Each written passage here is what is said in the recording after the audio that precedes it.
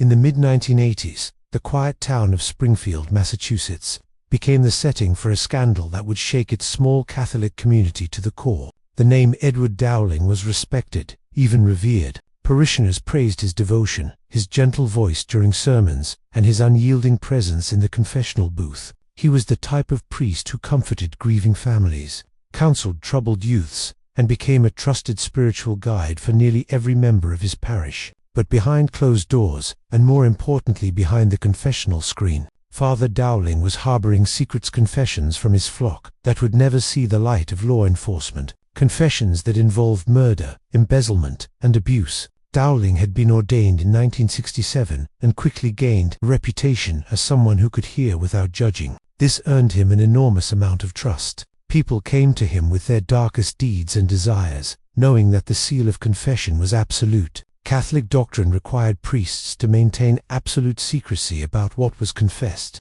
regardless of the crime or threat to others. To Dowling, this sacred duty became a shield for some of the most heinous acts committed in his parish. For decades, members of the Springfield community whispered rumors about crimes, murders in rival neighborhoods, violent assaults, fraudulent schemes targeting the elderly, but no one ever had proof, and the victims rarely spoke out. What made these crimes especially insidious was that they were voluntarily revealed to a man sworn to secrecy. In essence, the crimes became invisible to the law, as long as the confessions remained unbroken. One of the earliest documented cases occurred in 1978. A young man named Thomas Riley approached Dowling in the confessional. Trembling, eyes wide with fear, he admitted to murdering a local shopkeeper during a botched robbery. He confessed every detail: the planning, the execution, the cover-up. Dowling listened quietly, offering moral guidance and urging repentance, but never informed the police. He later encouraged Riley to turn himself in privately, but the young man never did. Within months, Riley moved out of state, leaving investigators without leads. Dowling's role in this scenario was subtle but powerful. By keeping Riley's secret, he effectively became an accomplice not in the physical act, but in the continued concealment of evidence, and he repeated this pattern countless times. By 1983, Dowling had become the spiritual anchor for nearly the entire parish, and his confessional had evolved into something darker, a repository of criminal knowledge. Parishioners who had committed embezzlement, physical abuse, and even murder confessed to him, believing their sins could be absolved without consequence. In one case, a local businessman admitted to systematically poisoning a competitor to take over his company. Dowling listened, offered penance, and told the man to pray for forgiveness, but took no steps to prevent further harm. It was a delicate moral tightrope. Dowling justified his inaction with doctrine, believing that divine judgment was superior to human law. But as the crimes escalated, the tension between morality and legality intensified. The most chilling confessions came from families themselves. One woman, Mrs. Claire Hammond, admitted in the confessional that she had killed her abusive husband in self-defense, but she had also manipulated evidence to protect herself from suspicion. Dowling, bound by the seal, offered spiritual guidance but did not intervene legally. Similarly, a parish youth named Jeremy Carter confessed to fatally stabbing a classmate during a school fight. The confession left Dowling horrified, but he again did not contact authorities. What is horrifying about these confessions is not simply that the priest remained silent, but that he became an unwitting historian of a living archive of secrets, so dark that they could never be fully investigated. The pattern escalated in 1985 with the arrival of a new family, the Donovans, who moved into the parish under the pretense of normalcy. Father Dowling quickly became their spiritual advisor. One night, in a confessional cloaked by darkness, the patriarch of the family admitted to murdering a rival gang member as a favor to a local crime syndicate. He described the murder in meticulous detail: the location, the method, and the disposal of evidence. Dowling was aghast. He realized this confession was more than a sin. It was an active criminal conspiracy. But again, bound by ecclesiastical law, he could not inform the police. He urged the man to cease all violent acts, offered penance, and reminded him of the spiritual consequences of continued wrongdoing, but the confessions kept coming. Within months, local authorities noted a spike in unsolved crimes that matched the types of confessions Dowling had heard: targeted attacks, disappearances, and threats of violence. The priest's knowledge remained invisible, locked behind the confessional screen. Dowling's actions or inaction sparked heated debate within the church. Some argued that the confessional must remain inviolable, even if it allowed murderers to remain free. Others contended that moral responsibility demanded intervention when lives were at risk. Dowling himself struggled privately with this tension. Journals later recovered after his death revealed sleepless nights, moments of self-doubt, and guilt over the harm he could not prevent. Psychologists studying Dowling after his death noted a remarkable phenomenon.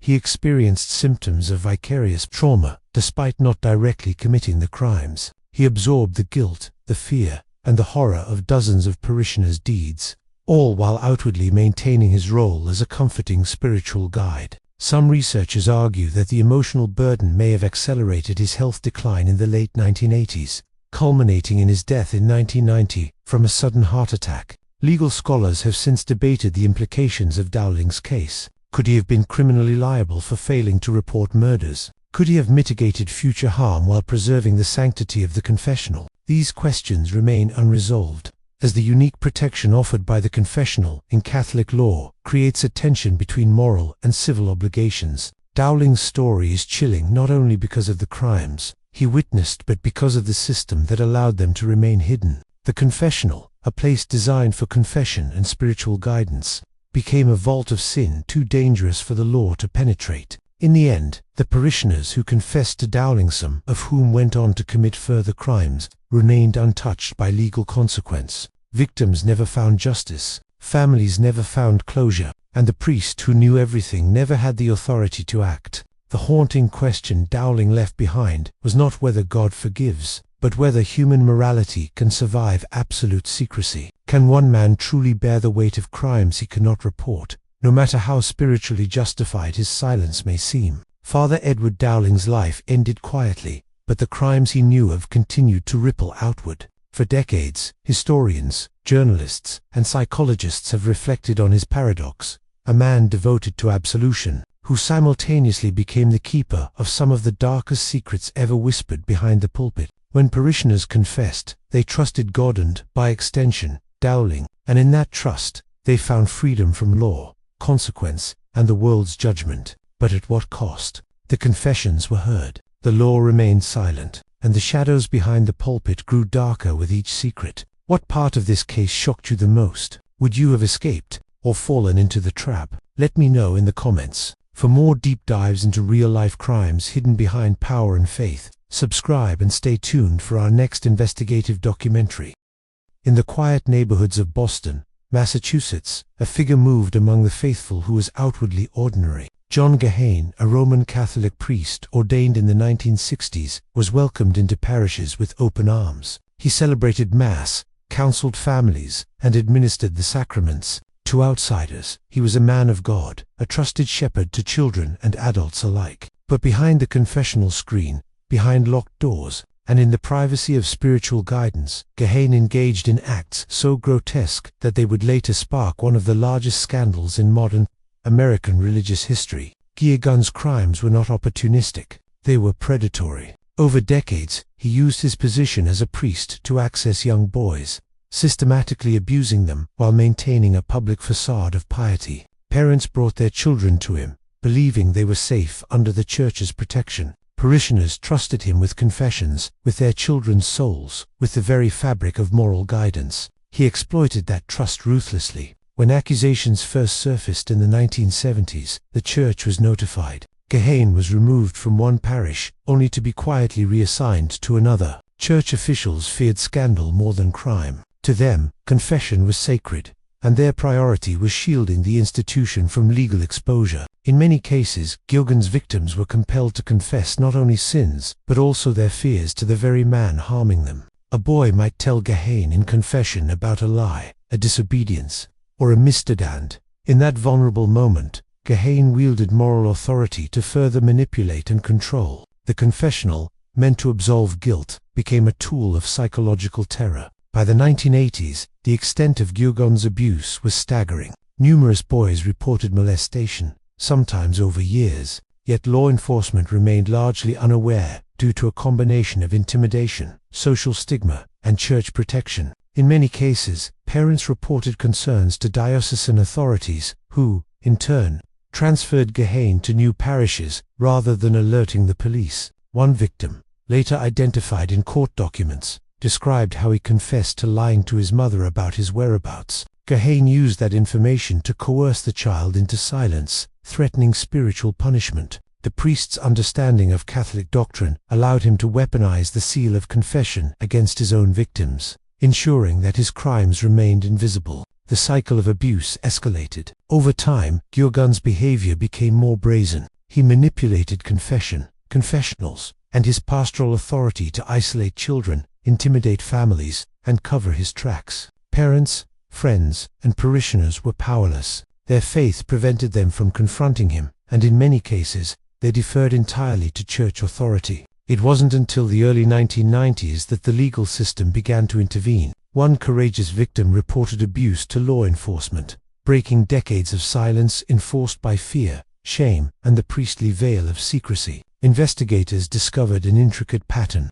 Geoghan had been accused of molesting over 30 children across multiple parishes, yet the church had shielded him at every step. In 1998, Geoghan was finally convicted of sexually abusing a minor and sentenced to prison. By this time, the public learned of the church's deliberate inaction, the system that allowed confession and clerical privilege to become a shield for predation. Boston erupted in outrage. Protesters demanded accountability, not just for Geoghan, but for the institutional mechanisms that enabled him. Psychologists analyzing the case concluded that Geoghan's position allowed him to exploit a unique form of psychological dominance. The confessional, a place designed for spiritual reflection and moral guidance, became a weapon. Children were trapped by doctrine, parents were neutralized by trust, and law enforcement was obstructed by a wall of institutional secrecy. Geoghan's story demonstrates the deadly intersection of faith, authority, and secrecy. Unlike ordinary criminals, he operated within a system that guaranteed his protection,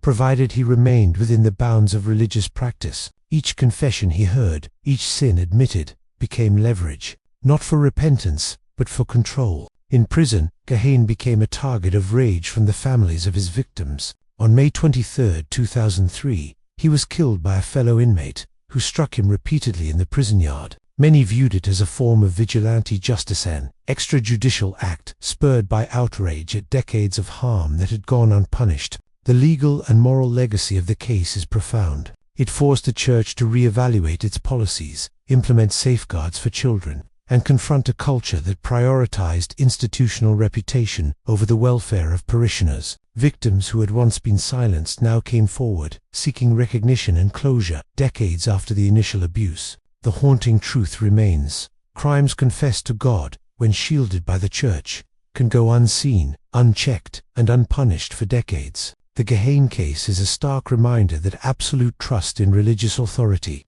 when combined with secrecy, can create conditions where predators operate with impunity. It is a cautionary tale. Faith without accountability can become a weapon, and confessions, meant to heal, can be twisted into instruments of fear and control. What part of this case shocked you the most? Would you have escaped, or fallen into the trap? Let me know in the comments. For more deep dives into real-life crimes hidden behind power and faith, subscribe and stay tuned for our next investigative documentary.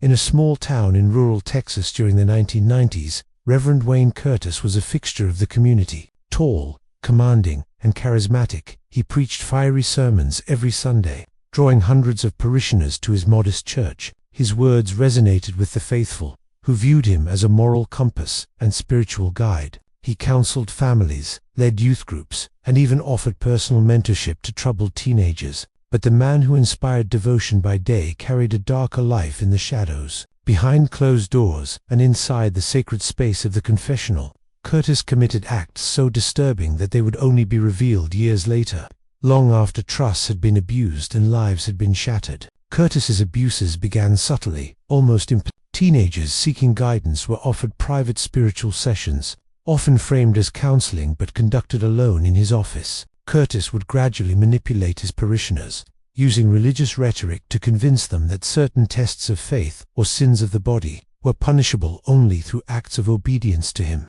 By framing coercion as spiritual duty, Curtis converted authority into control. Victims described a chilling pattern. Confession led not to absolution but to exploitation. A child or teenager would confess a minor transgression, and Curtis would twist that admission into leverage. Compliance became a prerequisite for salvation, and resistance was framed as moral failure. In some instances, Curtis targeted teenagers who were already vulnerable children from broken homes or troubled families. He learned to exploit fear, shame, and devotion simultaneously. The confessional, a place meant for spiritual healing, became a private chamber where he extracted obedience and secrecy. Over a decade, Curtis's predation continued largely unnoticed. The town was close-knit, families trusted the church, and the cultural stigma around speaking against a man of God prevented many from reporting suspicions. Some parents noticed unusual behavior from their children withdrawal, sudden fear of attending church, or inexplicable anxiety, but assumed it was adolescence, stress, or minor misconduct. Curtis cultivated the perfect cover. He appeared dedicated, charitable, and unassuming. The turning point came in 2001 when a parishioner's mother noticed her son exhibiting signs of trauma. The boy, finally confiding outside the church, revealed inappropriate interactions with Curtis. The disclosure triggered a broader investigation. Law enforcement found that multiple young men had been victimized over years, and the confessions Curtis had heard were at the center of his manipulations. One particularly egregious case involved a young man named David O, who had come to Curtis in tears, confessing that he had stolen money from his family to buy drugs. Curtis, invoking moral judgment, persuaded David that redemption required him to comply with Curtis's personal guidance, which included sexually exploitative acts. David's initial compliance, framed as spiritual obedience, led to a cycle of abuse that lasted months. Investigators noted a pattern. Curtis's ability to frame criminal exploitation as moral or religious duty was central to his predation. He weaponized faith, moral authority, and the inviolable nature of confession to remain untouchable for years. When Curtis was finally arrested in 2002, he faced charges of sexual assault, child exploitation, and obstruction of justice. The prosecution highlighted the role of the confessional in shielding Curtis from detection. Evidence included testimonials from former victims, diaries, and corroborating witnesses who had observed unusual behavior over years. During the trial, Curtis attempted to justify his actions by claiming spiritual intent. He insisted he was guiding his victims toward moral clarity and that the acts were part of religious instruction. The court rejected this defense outright. Religious belief could not excuse criminal exploitation, and absolute trust in a pastor could not override the law. The jury found Curtis guilty on multiple counts. He received a lengthy prison sentence, ensuring that he would no longer exploit his position. However, the emotional damage to his victims was profound. Many struggled with faith, trust, and relationships for years after the abuse. Psychologists analyzing the Curtis case emphasized a critical theme. The misuse of sacred authority can amplify harm. When religious figures conceal their crimes under the guise of confession or moral instruction, victims are silenced, evidence is obscured, and the predator gains both protection and power. Curtis exemplified how the combination of trust, secrecy, and moral coercion can create an environment where crimes flourish without detection. The community he led was left grappling with betrayal. Families who had once sought guidance from Curtis had to confront the realization that their spiritual leader had exploited them. The church itself faced scrutiny for failing to monitor the behavior of clergy and for prioritizing reputation over accountability. The Reverend Wayne Curtis case serves as a stark reminder that confessions are sacred, but that sacred trust can be weaponized. When faith becomes a tool for manipulation, when moral authority shields crimes rather than prevents them, the consequences are devastating. The victims were real, the manipulation was intentional, and the silence enforced by the pulpit allowed suffering to persist for years. In reflecting on Curtis, one is forced to ask, what happens when the person who is supposed to guide, protect, and absolve becomes the instrument of harm itself? What part of this case shocked you the most? Would you have escaped, or fallen into the trap? Let me know in the comments. For more deep dives into real-life crimes hidden behind power and faith, subscribe and stay tuned for our next investigative documentary. In 2004, the quiet suburban town of Elmwood, Ohio, believed it was safe from the kinds of horrors that make national headlines. At the center of the community stood a small white church with a steeple visible from nearly every street. Its pastor, Mark Edwards, was known for his warm demeanor compassionate sermons, and active involvement in youth programs. Families trusted him implicitly, children adored him, adults sought his guidance, and his reputation as a spiritual leader was nearly untouchable. But behind the doors of the confessional, Edwards harbored knowledge that would shock investigators and the public alike. Parishioners came to him not just to confess sins but to admit murders, assaults, and other violent crimes. Edwards, bound by the inviolable seal of confession, faced a dilemma that would ultimately force him into a morally ambiguous position: uphold his sacred duty to God, or protect innocent lives by breaking the law. The first recorded incident that brought Edwards international attention began subtly. In 2003, a man named Timothy Rowland visited the Elmwood Church after years of spiraling into criminal behavior. Rowland confessed to Edwards that he had committed a homicide in a neighboring county, describing the act in grisly detail: the planning, the execution, and the aftermath. He admitted to hiding the body and manipulating witnesses to avoid detection. Edwards listened silently, aware that any report to law enforcement would violate the confessional seal. He counseled Rowland on repentance, prayer, and moral reflection, but he could not and would not contact the authorities. Over the next several months, Rowland returned multiple times, confessing further crimes including assault and armed robbery. Edwards became a silent witness to the unfolding of a criminal mind, constrained by religious doctrine but tormented by the implications. By 2004, law enforcement had begun noticing patterns of unexplained violent incidents in and around Elmwood. Several unsolved murders and assaults bore similarities in method and victim profile. Detectives struggled to find leads, unaware that Rowland had been admitting everything to a trusted man of God. Meanwhile, Edwards faced increasing moral stress. Parishioners continued to confess crimes, some minor, others extreme. Each visit forced him to weigh the sanctity of his duty against the possibility of future harm. Psychologists later described this as vicarious trauma, where the priest absorbed not only the horror of the crimes but also the ethical burden of knowing they might recur. The turning point came when Rowland confessed to a second murder, this time naming specific locations and potential future targets. Edwards realized that remaining silent could allow more victims to die. Despite this knowledge, he could not breach the confessional seal, which Catholic doctrine regards as absolute even, under threat of death. In a rare and controversial move, Edwards sought guidance from higher authorities within the church, without revealing names or specifics. He was instructed to continue counseling the individual and to monitor behavior indirectly.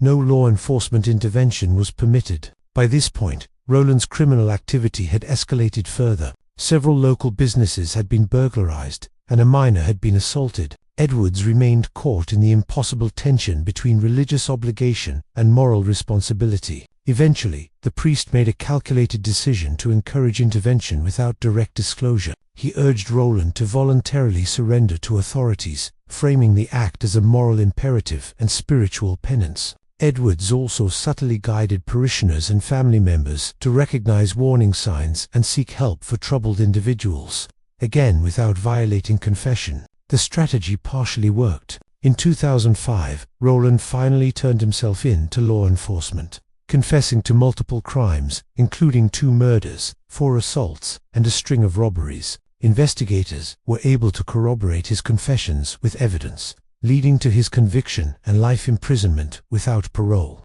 Edwards's role remained morally and legally complex. He had never broken the seal of confession. In fact, he had shielded the truth for years. Yet his careful guidance and insistence on voluntary surrender likely prevented further loss of life. Church authorities praised his discretion, while ethical commentators debated the implications of his choices. Could he have done more? Was his silence complicity, or a sacred duty upheld under extreme circumstances? The psychological impact on Edwards was profound. For years, he experienced nightmares, anxiety, and severe stress-related illness. He later admitted in private journals that he wrestled daily with the knowledge of crimes he could not directly prevent. The case became a central study in the ethics of religious confidentiality, demonstrating how the confessional can intersect with criminal justice, morality, and human psychology in ways rarely seen outside isolated or insular communities. The Pastor Mark Edwards case exemplifies a chilling reality.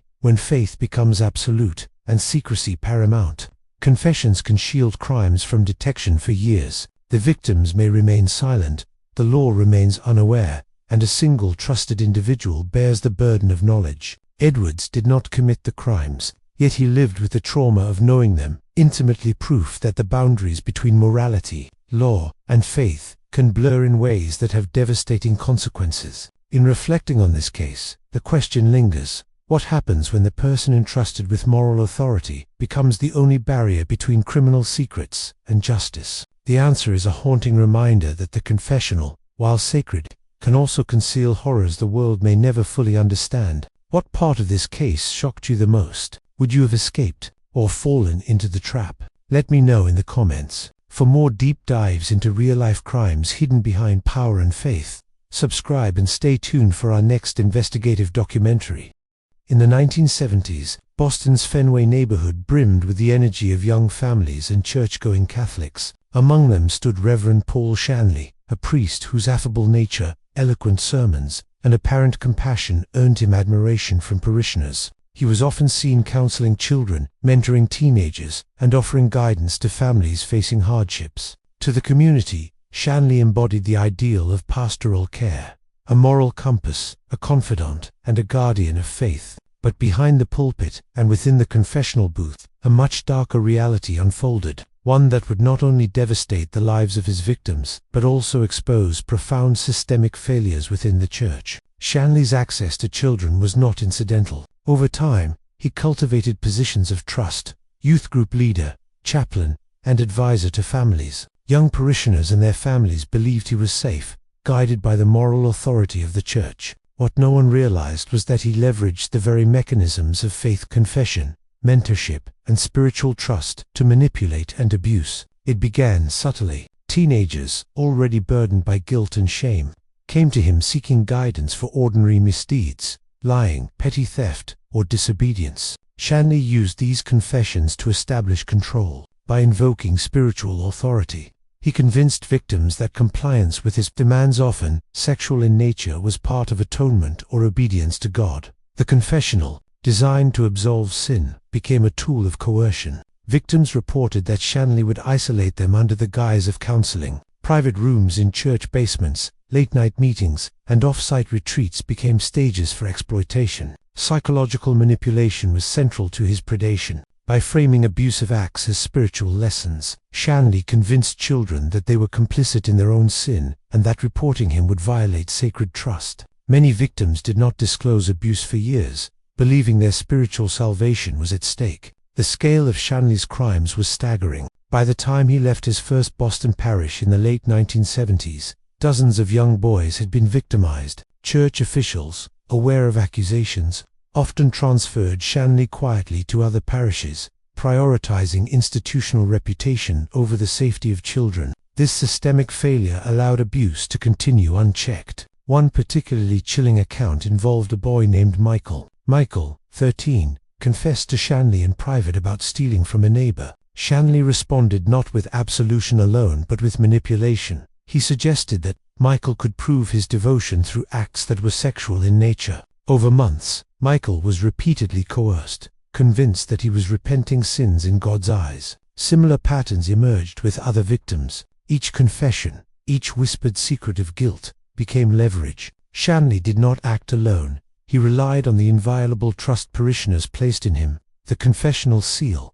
and the church's tendency to protect clergy. These forces combined to create a nearly impenetrable shield for decades. By the 1980s and 1990s, law enforcement had begun investigating Shanley, spurred by courageous victims coming forward despite fear and shame. The investigation revealed a network of abuse spanning decades and multiple parishes. Church records and internal memos, previously secret, showed repeated warnings from staff about Shanley's behavior, warnings that were ignored or suppressed. During trial proceedings in the early 2000s, Shanley attempted to defend his actions as misunderstood mentorship. The court rejected these claims, highlighting the deliberate and coercive nature of his abuse, the systematic use of faith as a weapon, and the institutional negligence that enabled him. He was convicted of multiple counts of indecent assault and sentenced to lengthy prison terms. The psychological toll on Shanley's victims was immense. Many suffered long-term trauma, including depression, anxiety, and difficulties in relationships and trust. Survivors have testified that the betrayal of faith was as damaging as the physical and emotional abuse itself. They had confided in a man they believed would protect and guide them, and instead, their trust became a mechanism for exploitation. Experts studying the case concluded that Shanley's crimes were facilitated by a combination of personal predation and structural complicity. He manipulated the authority of the pulpit, exploited the secrecy of the confessional, and benefited from a church culture that prioritized reputation over accountability. The Shanley case remains one of the most notorious examples of crimes hidden behind religious authority. It demonstrates how absolute trust, when misused, can create conditions for prolonged abuse. The confessional meant to guide, absolve, and heal was weaponized as a tool of control and silence. In reflecting on Shanley, the central question emerges: what happens when moral authority is used, not to protect, but to exploit? When sacred rituals designed for redemption are transformed into instruments of oppression? The answer, tragically, is evident in the lives he shattered and the decades of secrecy he maintained behind the pulpit. The lessons of Paul Shanley's crimes extend beyond one parish or one town. They underscore the urgent need for vigilance, accountability, and the understanding that no institution, no matter how sacred, is immune from human corruption. What part of this case shocked you the most? Would you have escaped or fallen into the trap? Let me know in the comments. For more deep dives into real-life crimes hidden behind power and faith, subscribe and stay tuned for our next investigative documentary. In the mid-1970s, the small towns along the Bayou Lafourche region of Louisiana were tight-knit communities where the local church was not just a place of worship. It was the social and cultural center of daily life. Families relied on priests for guidance, children were nurtured under their watchful eyes, and the moral authority of the pulpit was absolute. Among these clergy was Father Gilbert Gauthe, a man whose charm, eloquence, and perceived holiness earned him the trust of an entire region. Gauthe's rise within the church was rapid. Parishioners admired his commitment to the poor, his gentle manner with children, and his dedication to sacramental duties. He counseled families, officiated marriages, and led youth groups, becoming the face of morality in communities that prided themselves on faith and tradition. Yet beneath the surface, a horrifying pattern of abuse was emerging, hidden behind the confessional screen and the sacrosanct trust of the faithful. Gauthe's predation began in subtle ways. Children who approached him for guidance, to confess small sins or seek advice, were gradually groomed. He exploited their innocence, their trust, and their fear of divine judgment to manipulate them into compliance. His role as a spiritual authority gave him unrestricted access to young boys, and the seal of confession ensured that any wrongdoing he learned about or committed would remain secret. Victims recalled that Gauthe used religious rhetoric to justify his actions. He told boys that participating in sexual acts with him was a test of faith, a penance for sin, or a way to demonstrate devotion to God. By framing abuse as spiritual duty, Gauthe manipulated children into silence. Confessions, which should have offered moral guidance and absolution, instead became a mechanism to entrench his control and conceal his crimes. For years, Gauthe moved undetected, his reputation as a beloved priest shielding him from suspicion. Parents, trusting the church, allowed their children to attend activities led by him, unaware of the abuses occurring behind closed doors. Several children reported feeling isolated, trapped by shame, fear, and the implicit authority of the priest, even when they experienced harm. The spiritual framework Gauthe imposed convinced them that speaking out would constitute sin, further reinforcing their silence. By the late 1970s, the first reports of inappropriate behavior reached church officials. Instead of alerting law enforcement, diocesan authorities quietly reassigned Gauthe to different parishes, a pattern that allowed him to continue his predation. This systemic failure demonstrates the tragic intersection of personal depravity and institutional negligence, where secrecy protected both perpetrator and organization at the expense of countless victims. The abuse extended over years, affecting dozens of boys across multiple parishes. Victims reported physical assaults, psychological manipulation, and sexual exploitation, all conducted under the guise of spiritual mentorship. The confessional booth, where children admitted minor transgressions or expressed fears, became a place where Gauthe leveraged absolute trust to silence and control them. Eventually, survivors' courage and persistence broke the cycle. In 1983, an investigation was launched that revealed the extensive scope of Gauthe's crimes. Testimonies from former victims, corroborated by evidence and witness accounts, painted a picture of systematic abuse that had been allowed to continue unchecked. The ensuing trial exposed the shocking reality of how Gauthe's crimes had been enabled. Church documents revealed prior complaints that were dismissed or ignored. Parishioners and staff had noted unusual behavior, but deference to religious authority and fear of scandal prevented meaningful intervention. Legal proceedings resulted in Gauthe's conviction on multiple counts of sexual abuse, with a sentence that ensured he would spend decades behind bars. Psychologists analyzing the case highlighted a devastating dynamic. The misuse of sacred authority compounded the psychological trauma of victims. The intersection of faith, secrecy, and exploitation created an environment where children were not only abused but also manipulated into complicity, guilt, and fear. Even after the priest was removed, the lasting impact on victims' mental health, familial relationships, and trust in institutions was profound. Gauthe's case prompted a national reckoning within the Catholic Church. Policies were revised to address allegations of abuse, safeguard children, and ensure accountability. The scandal revealed the dangerous consequences of placing institutional reputation above moral responsibility and demonstrated how religious privilege could be weaponized to hide crimes for decades. In reflecting on Father Gilbert Gauthe, the horror lies not only in his individual acts, but also in the system that allowed them to persist. Confessions, mentorship, and pastoral care tools meant to guide, heal, and protect were distorted into mechanisms of exploitation. The victims, silenced by fear and faith, were left to endure the consequences long before justice prevailed. Gauthe's story is a chilling reminder that absolute trust, when exploited, can become a weapon, and that the sanctity of confession, when misused, can conceal horrors that reverberate across generations. What part of this case shocked you the most? Would you have escaped or fallen into the trap? Let me know in the comments. For more deep dives into real-life crimes hidden behind power and faith, subscribe and stay tuned for our next investigative documentary.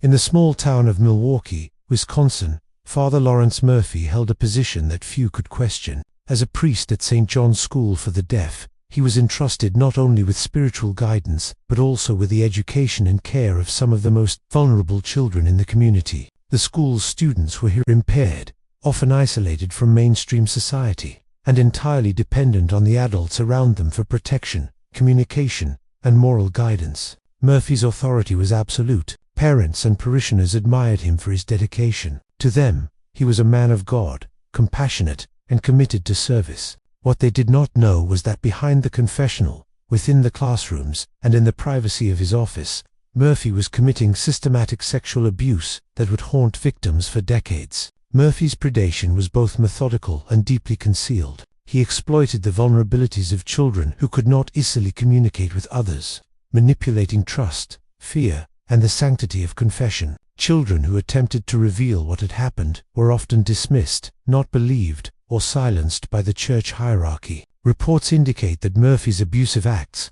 began in the 1950s and continued into the 1970s. Over this period, he molested dozens of students, many of whom were unable to articulate their trauma due to their deafness and isolation. Parents trusted the institution implicitly, assuming that their children were in safe hands, and the children themselves were conditioned to obey. Often confused by the twisted combination of authority, faith, and fear that Murphy wielded, one particularly tragic pattern emerged. Murphy used confession as a tool of coercion. Children were often told that sins, whether real or imagined, required compliance with the priest's demands. Through the confessional, he gained knowledge of their vulnerabilities and guilt, which he then exploited to manipulate them into silence. The seal of confession provided him with a unique shield. He could operate with near-total impunity, knowing that what was revealed to him in sacred trust could never legally be used against him. Church authorities, aware of rumors, failed to act. Reports surfaced that diocesan leaders received complaints and warnings, but did not remove Murphy from his position. Instead,